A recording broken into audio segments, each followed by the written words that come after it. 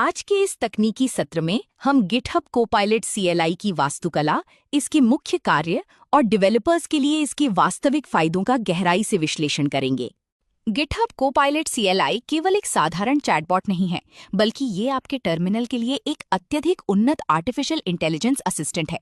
दशकों से software engineering में टर्मिनल या कमांड लाइन इंटरफेस का उपयोग सिस्टम को नियंत्रित करने का सबसे शक्तिशाली तरीका रहा है।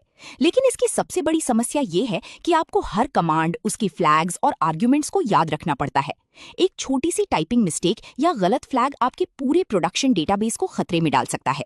यहीं पर कोपायलट CLI पूरी कार्यप्रणाली को बदल देता है। ये आपके प्राकृतिक विचारों को समझता है और उन्हें सीधे मशीन लेवल कमांड्स में ट्रांसलेट कर देता है। जब आप कोई प्रॉम्प्ट टाइप करते हैं तो बैकएंड में ये टूल आपकी ऑपरेटिंग सिस्टम की जानकारी, आपकी वर्तमान शेल और डायरेक्टरी स्ट्रक्चर को एक कॉन्टेक्स्ट पेलोड में पैक करता है। फिर ये पेलोड लार्ज लैंग्वेज मॉडल के पास जाता है, जो विशेष रूप से कमांड लाइन सिंटैक्स के लिए ट्रेन किया गया है। कुछ ही मिलीसेकंड्स में आपको एक सटीक कमांड मिल जाती है। इसका मतलब है कि अब आपको लिनक्स मैनुअल पेजेस पढ़ने या सिंटैक्स के लिए इंटरनेट पर सर्च करने में अपना समय बर्बाद नहीं करना पड़ेगा। आप बस ये बताते हैं कि आप क्या हासिल करना चाहते हैं और ये टूल वो काम करने का सबसे सुरक्षित और ऑप्टिमाइज्ड तरीका आपके सामने रख देता है। ये डेवलपर्स की काम करने की तरीके में एक बहुत बड़ा बदलाव है। इस कोड स्निपेट में हम एक बहुत ही आम लेकिन जटिल लिनक्स फाइल सर्च ऑपरेशन देख रहे हैं। आमतौर पर फाइंड कमांड की इतनी सारे पैरामीटर्स होते हैं कि एक सीनियर डेवलपर को भी कभी-कभी इसका सिंटैक्स इंटरनेट पर खोजना पड़ता है। यहाँ हमने बस एक प्राकृतिक भाषा का वाक्य लिखा कि हमें पिछले 7 दिनों की 50 मेगाबाइट से बड़ी लॉग फाइलें चाहिए। कोपायलट CLI ने इस वाक्य को प्रोसेस किया और एकदम सटीक कमांड जनरेट कर दी, जिसमें टाइप, नेम, मॉडिफाइड टाइम और साइज फ्लैग्स बिल्कुल सही जगह पर लगे हुए हैं। ये इस टूल की सटीकता और उपयोगिता का एक बेहतरीन उदाहरण है।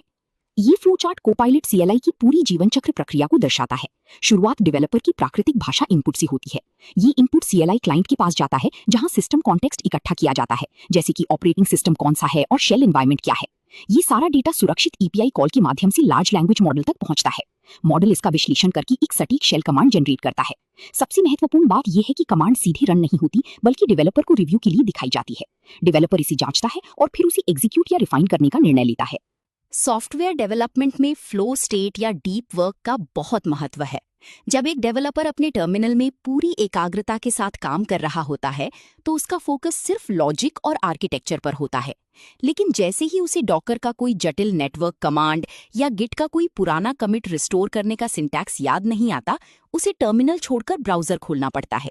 स्टैक ओवरफ्लो या अन्य फोरम्स पर सर्च करना, कोड कॉपी करना, उसे अपने एनवायरनमेंट के हिसाब से एडिट करना, इस पूरी प्रक्रिया को कॉन्टेक्स्ट स्विचिंग कहते हैं। कॉन्टेक्स्ट स्विचिंग डेवलपर की प्रोडक्टिविटी का सबसे बड़ा दुश्मन है। गिटहब कोपायलट CLI का सबसे बड़ा फायदा यही है कि ये इस कॉन्टेक्स्ट स्विचिंग को पूरी तरह से खत्म कर देता है। आपको जो भी समस्या आ रही है, उसका समाधान आपके टर्मिनल के अंदर ही मौजूद है। ये आपके कॉग्निटिव लोड को कम करता है, जिसका अर्थ है कि आपके दिमाग को अब रटने वाले कामों में ऊर्जा खर्च नहीं करनी पड़ेगी। इसके अलावा ये जूनियर और सीनियर दोनों प्रकार के डेवलपर्स के लिए समान रूप से फायदेमंद है। एक जूनियर डेवलपर जिसे कुबरनेट्स के कमांड्स नहीं आते, वो AI की मदद से सुरक्षित रूप से क्लस्टर मैनेज कर सकता है। वहीं एक सीनियर इंजीनियर जो पहले से सब कुछ जानता है, वो अपना समय टाइपिंग और डीबगिंग में बचाने के लिए इसका उपयोग एक ऑटोमेशन टूल के रूप में कर सकता है। समय की ये बचत अंततः कंपनी के सॉफ्टवेयर रिलीज साइकिल को तेज बनाती है और कोड की क्वालिटी में सुधार लाती है। इस कोड ब्लॉक में हमने 2 अलग-अलग वर्कफ्लो की तुलना की है। ऊपर वाला हिस्सा उस पारंपरिक और धीमी तरीके को दिखाता है, जहां डेवलपर को एक साधारण IP एड्रेस निकालने के लिए 4 अलग-अलग स्टेप्स फॉलो करने पड़ते हैं। नीचे वाले हिस्से में कोपायलट CLI का सुपर फास्ट वर्कफ्लो है। हमने सिर्फ अपनी आवश्यकता टाइप की और AI ने तुरंत एक बेहतरीन पाइपलाइन जनरेट कर दी। इसमें ग्रेप का उपयोग करके रेगुलर एक्सप्रेशन से IP एड्रेस निकाला गया है, फिर सॉर्ट और यूनिक कमांड्स का उपयोग करके डुप्लीकेट्स को हटाया गया है। ये पूरा कमांड कॉम्बिनेशन कुछ ही सेकंड्स में बिना टर्मिनल छोड़े मिल गया। ये स्टेट डायग्राम पारंपरिक वेब सर्च और कोपायलट CLI वर्कफ्लो के बीच के अंतर को स्पष्ट रूप से दिखाता है। ऊपर की लाल रंग की फ्लो में हम देखते हैं कि टर्मिनल सेशन से बाहर निकलकर ब्राउजर खोलना, सर्च करना, कॉपी करना और फिर मॉडिफाई करना पड़ता है, जो एक लंबा और थकाऊ प्रोसेस है। इसके विपरीत नीचे की हरी फ्लो में डेवलपर पूरी तरह से टर्मिनल के अंदर रहता है। वो कोपायलट सजेस्ट का उपयोग करता है और तुरंत एग्जीक्यूशन की तरफ बढ़ जाता है। दोनों रास्ते अंततः काम पूरा करते हैं, लेकिन AI वाला रास्ता बहुत अधिक कुशल, तेज और डेवलपर की फोकस को बनाए रखने वाला है। गिटहब कोपायलट CLI को डिजाइन करते समय डेवलपर्स की अलग-अलग जरूरतों को ध्यान में रखा गया है। आपके काम करने के तरीके के आधार पर ये टूल 2 बहुत ही विशिष्ट मोड्स प्रदान करता है। इंटरैक्टिव मोड और वन शॉट मोड। जब आप अपने टर्मिनल में सिर्फ कोपायलट टाइप करके एंटर दबाते हैं तो आप इंटरैक्टिव मोड में प्रवेश करते हैं। ये एक REPL रीपल लूप की तरह काम करता है। इसका मतलब है कि आप AI के साथ एक लगातार चलने वाली बातचीत शुरू कर देते हैं। इस मोड में AI आपकी पिछली बातचीत को याद रखता है। मान लीजिए आप एक नया सर्वर सेटअप कर रहे हैं। आप पहले प्रॉम्प्ट में कुछ पैकेजेस इंस्टॉल करने को कहेंगे, दूसरे प्रॉम्प्ट में डेटाबेस कॉन्फ़िगर करने को कहेंगे और तीसरे में फायरवॉल सेट करने को कहेंगे। इंटरैक्टिव मोड इन सभी स्टेप्स को एक लॉजिकल सीक्वेंस में समझता है। ये तब बहुत उपयोगी होता है जब समस्या बड़ी और जटिल हो। दूसरी ओर वन शॉट मोड है, जिसे Copilot-I कमांड से चलाया जाता है। सॉफ्टवेयर डेवलपमेंट की दुनिया में कई बार आपको सिर्फ एक छोटी सी जानकारी या एक लाइन का कमांड चाहिए होता है और आप नहीं चाहते कि कोई लंबी बातचीत शुरू हो। उदाहरण के लिए, आपको सिर्फ ये जानना है कि किसी गिट ब्रांच को फोर्स डिलीट कैसे करते हैं। आप वन शॉट कमांड चलाएंगे, AI आपको तुरंत कमांड देगा और आप बिना किसी देरी के अपने रेगुलर शेल में वापस आ जाएंगे। इन दोनों मोड्स का सही उपयोग करना ही एक एफिशिएंट डेवलपर की निशानी है। आपको ये तय करना आना चाहिए कि कब आपको AI के साथ एक लंबी डिबगिंग सेशन की आवश्यकता है और कब आपको बस एक क्विक फिक्स चाहिए। इस कोड ब्लॉक में दोनों मोड्स का प्रैक्टिकल उपयोग दिखाया गया है। पहले हिस्से में हम वन शॉट मोड देख रहे हैं, जहां -i फ्लैग का उपयोग किया गया है। हमने गिट कमिट को अंडू करने का कमांड मांगा और AI ने तुरंत गिट रीसेट सॉफ्ट कमांड देकर प्रोसेस खत्म कर दिया। दूसरे हिस्से में हमने इंटरैक्टिव मोड दिखाया है। यहाँ prompt Copilot greater than symbol में बदल जाता है। हमने पहले पोर्ट ET पर चल रहे प्रोसेस को खोजने के लिए कहा और फिर बिना प्रोसेस ID बताए उसी बातचीत में उसे किल करने के लिए कहा। AI पिछले कॉन्टेक्स्ट को समझकर सही कमांड जनरेट करेगा। ये सीक्वेंस डायग्राम वन शॉट और इंटरैक्टिव मोड्स के बीच की फ्लो को स्पष्ट करता है। ऊपरी हिस्से में वन शॉट मोड में डेवलपर एक सिंगल टास्क भेजता है, CLI उसे बैकएंड पर भेजकर आउटपुट लाता है और तुरंत शेल में वापस आ जाता है। निचले हिस्से में इंटरैक्टिव मोड का फ्लो है। यहाँ CLI एक REPL सेशन खोलता है। जब डेवलपर पहला प्रॉम्प्ट भेजता है तो AI रिस्पॉन्स देता है, लेकिन जब डेवलपर दूसरा प्रॉम्प्ट भेजता है तो CLI उस नए प्रॉम्प्ट के साथ साथ पहले स्टेप की पूरी हिस्ट्री भी बैकएंड को भेजता है। कमांड लाइन इंटरफेस की दुनिया में एक बहुत ही प्रसिद्ध समस्या है। कुछ कमांड्स इतने जटिल होते हैं कि वे एक आम इंसान के लिए किसी एलियन भाषा जैसे लगते हैं। लिनक्स और यूनिक्स सिस्टम्स में हम अक्सर पाइप्स का इस्तेमाल करके कई कमांड्स को एक साथ जोड़ देते हैं। जब आप किसी पुराने प्रोजेक्ट पर काम कर रहे होते हैं या स्टैक ओवरफ्लो से कोई सॉल्यूशन कॉपी करते हैं, तो उस कमांड को बिना समझे अपने टर्मिनल में रन करना एक बहुत बड़ा सुरक्षा जोखिम हो सकता है। हो सकता है वो कमांड आपकी किसी महत्वपूर्ण फाइल को डिलीट कर दे या कोई बैकडोर खोल दे। GitHub Copilot CLI का एक्सप्लेन फीचर इस समस्या का परफेक्ट समाधान है। ये फीचर आपके लिए एक तकनीकी अनुवादक का काम करता है। जब आप किसी भी रहस्यमयी कमांड के आगे Copilot एक्सप्लेन लिखते हैं तो AI उस पूरे कमांड को छोटी छोटी लॉजिकल टुकड़ों में तोड़ देता है। ये आपको बताता है कि मुख्य एग्जीक्यूटेबल प्रोग्राम क्या कर रहा है, उसके साथ लगे हुए छोटे छोटे अक्षरों वाले फ्लैग्स का क्या मतलब है और उस पूरे कमांड का आपके सिस्टम पर अंतिम प्रभाव क्या होगा। ये फीचर विशेष रूप से नए और जूनियर डेवलपर्स के लिए एक वरदान है। पहले के समय में अगर आपको कोई कमांड समझ नहीं आता था तो आपको मैन पेजेस पढ़ने पड़ते थे, जो बहुत ही लंबे और बोरिंग होते हैं। अब CLI आपको उसी टर्मिनल विंडो में एक साफ सुथरा बुलेट पॉइंट्स वाला एक्सप्लेनेशन दे देता है। ये न केवल आपका समय बचाता है, बल्कि ये आपकी सिस्टम की सुरक्षा को भी सुनिश्चित करता है, क्योंकि आप हमेशा जानते हैं कि आप क्या रन करने जा रहे हैं। इस स्निपेट में हम एक बहुत ही क्लासिक फाइंड और रिमूव कमांड का उदाहरण देख रहे हैं, जो अक्सर सिस्टम क्लीनअप के लिए इस्तेमाल होता है। अगर कोई नया डेवलपर इसे देखेगा तो वो -exec और कर्ली ब्रेसेस को देखकर कंफ्यूज हो सकता है। हमने Copilot CLI से इसे एक्सप्लेन करने को कहा। आउटपुट में AI ने कमांड की हर हिस्से को लाइन बाय लाइन ब्रेक किया है। उसने स्पष्ट रूप से बताया कि ये कमांड करंट डायरेक्टरी में सभी .back फाइल्स को ढूंढेगा और बिना कोई वार्निंग दिए उन्हें फोर्सफुली डिलीट कर देगा। ये क्लैरिटी किसी भी गंभीर एक्सीडेंट को रोकने के लिए बहुत जरूरी है। ये ग्राफ कमांड एक्सप्लेनेशन की आंतरिक लॉजिक को विजुअलाइज करता है। सबसे पहले एक लाल रंग का जटिल कमांड टोकेनाइजेशन इंजन में प्रवेश करता है। इंजन इस कमांड को उसके बुनियादी घटकों में विभाजित करता है, जैसे बेस यूटिलिटी, फ्लैग्स और पाइप्स या रीडायरेक्शंस। ये सभी अलग अलग घटक फिर लार्ज लैंग्वेज मॉडल के पास कॉन्टेक्सचुअल एनालिसिस के लिए जाते हैं। मॉडल ये समझता है कि ये सभी हिस्से एक साथ कैसे काम करते हैं। अंत में ये हरी रंग की बॉक्स में एक मानव पठनीय बुलेट पॉइंट एक्सप्लेनेशन जनरेट करता है। आर्टिफिशियल इंटेलिजेंस की दुनिया में काम करते समय एक सबसे बड़ी तकनीकी चुनौती होती है टोकन लिमिट्स। हर लार्ज लैंग्वेज मॉडल की एक मेमोरी क्षमता होती है, जिसे कॉन्टेक्स्ट विंडो कहा जाता है। जब आप AI से बहुत लंबी बातचीत करते हैं तो एक समय ऐसा आता है जब वो पुरानी बातों को भूलने लगता है, क्योंकि उसकी मेमोरी फुल हो जाती है।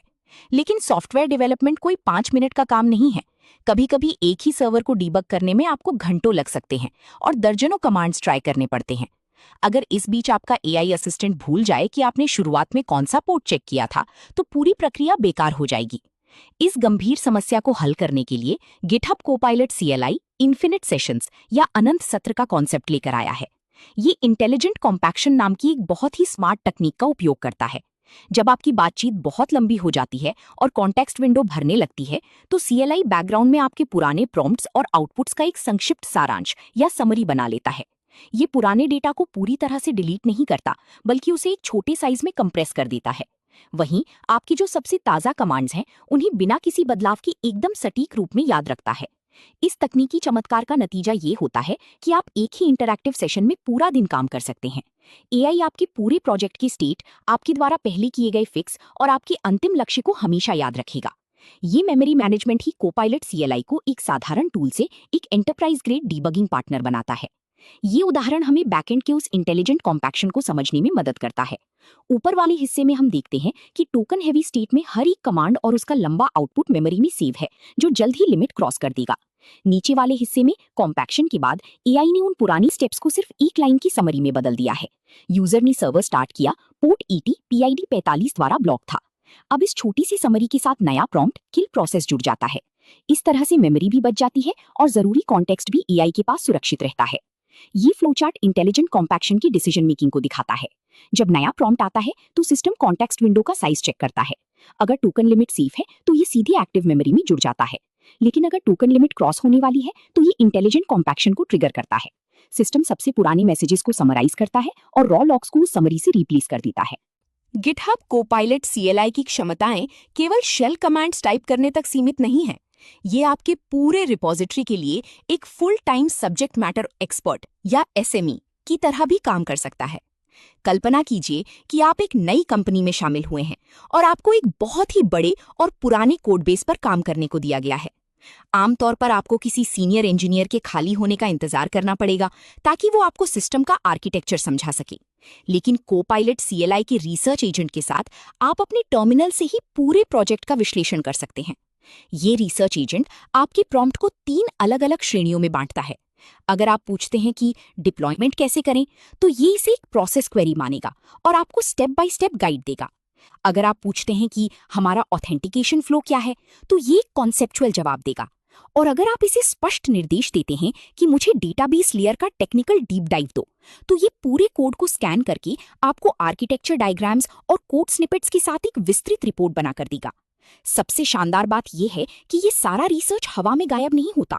सीएलआई इन सभी विस्तृत रिपोर्ट्स को आपके लोकल सिस्टम पर .copilot फोल्डर के अंदर एक सेशन स्टेट डायरेक्टरी में सेव कर देता है।